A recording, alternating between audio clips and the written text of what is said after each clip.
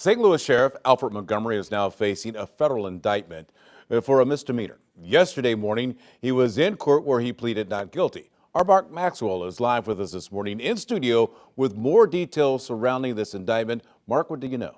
Well, first of all, there are a lot of different court battles plaguing Sheriff Alfred Montgomery, and you might be surprised to hear that he's breathing a sigh of relief today. This is not a felony charge, just a single lone misdemeanor. And it all stems back to that moment in February. He was just about a month and a half on the job, 6 weeks in, and he received word that one of his own deputies had allegedly sexually assaulted an inmate inside the city jail.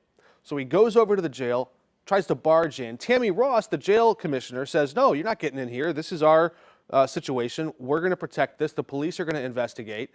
And there was a moment when Alfred Montgomery and or his staff reached out to the city, then Mayor Tashara Jones administration, seeking some input. And here's what Tammy Ross's lawyer said took place in that phone call. Take a listen. She went out to the city council's office and wanted to get a legal opinion as to whether or not Montgomery could talk to him. And she told him no. And yet he just didn't get the answer he wanted to hear, so he went and decided to take the law into his own hands.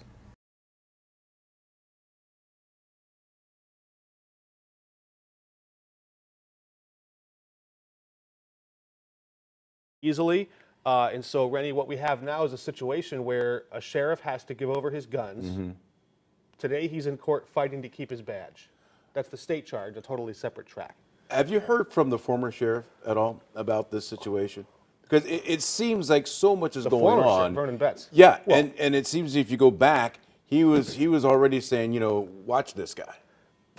That's a blood feud. Those two are never going to have a kind word for each other. True. So certainly he has his opinions. Mm-hmm. But the big difference here, and this part's not being talked about, the judges kind of like Alfred.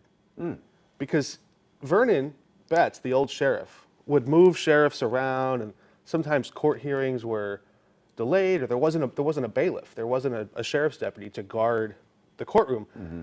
It was so bad that the judges were thinking, maybe we'll just hire private security and forget about our arrangement with the old sheriff. Alfred has, for better or worse, on all other accounts, he has prioritized putting bailiffs in the courtrooms.